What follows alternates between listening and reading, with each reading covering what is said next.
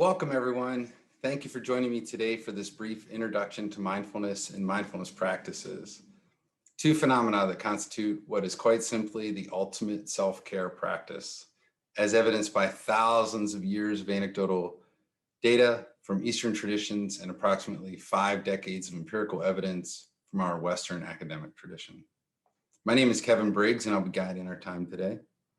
I have a personal affinity for mindfulness and contemplative practices, and I was able to connect that personal affinity with my professional interests over the past few years. After teaching high school English for 10 years and serving as a K-12 building administrator for 5, I decided to follow new developments in my heart and to pursue a doctoral degree in educational leadership at Penn State University. It all worked out. My dissertation focused on the experience of participating in mindfulness and compassion practices in a mindfulness-based intervention program for teachers, and I'm fortunate to continue the work professionally while I remain a committed practitioner in my personal life. These days, I spend most of my time figuring out how best to bring research-based mindfulness and compassion practices to anyone who's willing to listen, which of course brings us right here and right now. The reason why I referred to mindfulness and mindfulness practices as two different things is because they are. They often get used interchangeably, and people will say things like, I practice mindfulness or I do mindfulness. The truth is, mindfulness is a quality of mind, and mindfulness practices are things we can do to cultivate that quality of mind. So to say I'm doing mindfulness is to say something like I'm doing a quality of mind, which of course doesn't make a whole lot of sense. The reason this is an important delineation is because to most efficiently cultivate the quality of mindfulness, we need to regularly engage in mindfulness practices. The key word is practice. The research is unequivocal. There's no gray area, there's no downside. Engaging in mindfulness practices will have a positive impact on our well-being. If there was ever a debate about the efficacy of the practices, it ended, at least from a scientific standpoint, back in the late 1970s and early 1980s. Anecdotally, billions of people for thousands of years in all regions of the world have experienced and attested to how their lives are better thanks to mindfulness practices.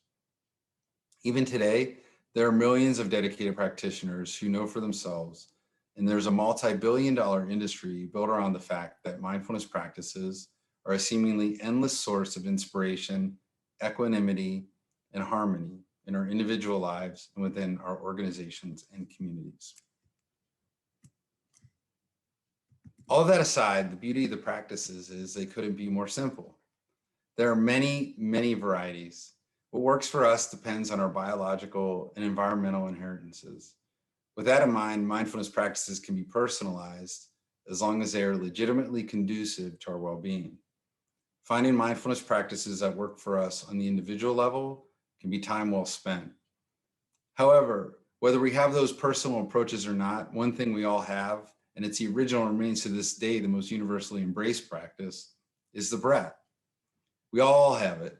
It's what the ancient teachings are predicated on, and it's what the majority of the empirical studies are rallied around. The breath. Just simply the breath. To get started, it's really, as I mentioned, very simple. We just pay attention to our breath. We choose to devote a segment of time to pay attention to our breath coming in and out of our body. Although simple, it's sometimes easier said than done because the first thing we realize when we decide to only pay attention to our breath is how we are thinking. We have stories, plans, responsibilities, regrets, concerns, and just any type of mental activity happening all the time. It's helpful to just know that. And as we make an effort to focus on just our breath and nothing else, it's helpful to know our mind is going to do what it is used to doing. Thinking. All we have to do is come back to our breath each time our thoughts pull us away. Over and over, one breath at a time. We come back to the breath, and over time, we gently retrain our minds to not be so attached to our thoughts. We can begin by sitting. This can be upright in a chair or in a meditative posture on the floor. What's most important is we have a sturdy posture and that we're sitting with a straight but relaxed spine, that our body is feeling balanced, and that we're positioned in such a way that we're not having to think or otherwise be concerned about our body. If we're seated in a chair like I am right now, we can have our feet flat on the floor, our head up, our chin parallel with the ground, our mouths closed for the option of breathing through our noses.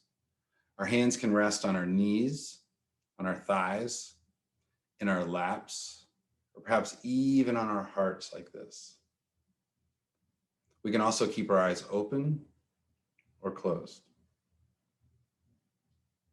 If you choose to keep them open, find something on which to fixate so you limit visual stimuli. This can often be a spot on the floor, maybe 5 feet in front of you, creating a downward gaze like this.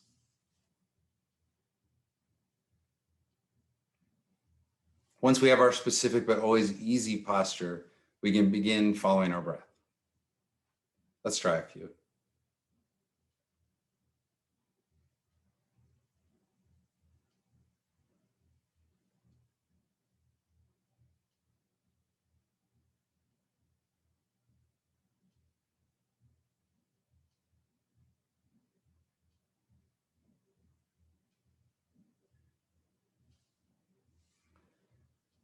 There are a variety of ways to focus on our breathing. The most simple is to simply do so.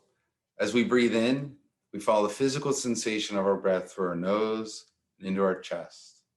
And when we feel full of air, we pause for a second and then follow the physical sensation of it leaving our body.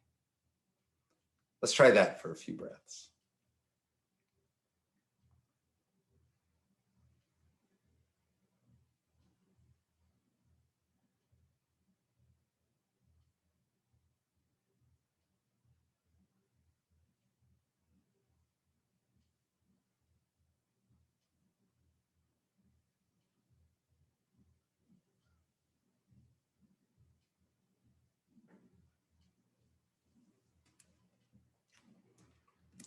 That could be the entire practice, but it's sometimes helpful to bring in an additional tool, counting. We can count our in and out breath as one. We breathe in, we breathe out, we think one. We breathe in, we breathe out, we think two. We can do this all the way up to 10, and then we can count all the way back down to one. Let's try this for a few breaths.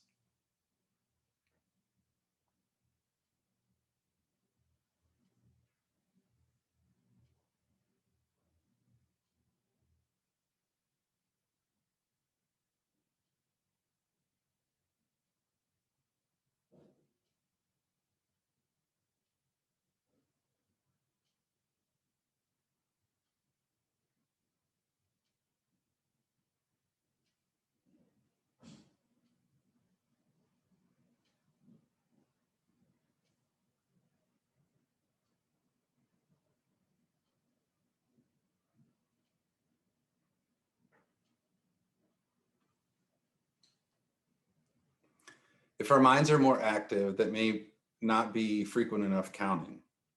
In that case, we can count each in breath and each out breath individually. We can breathe in and think one. We breathe out, we think two. In, three. Out, four.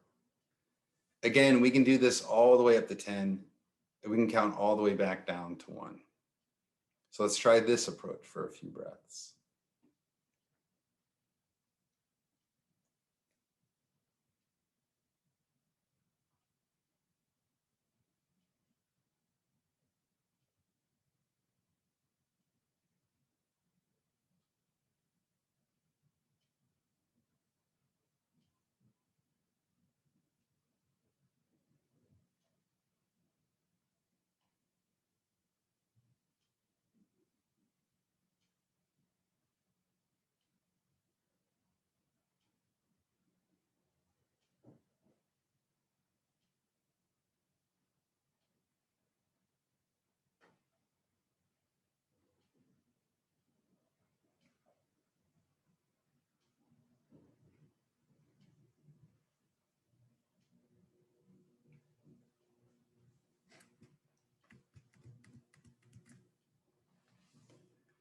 As I mentioned earlier, there are many, many varieties of mindfulness practices.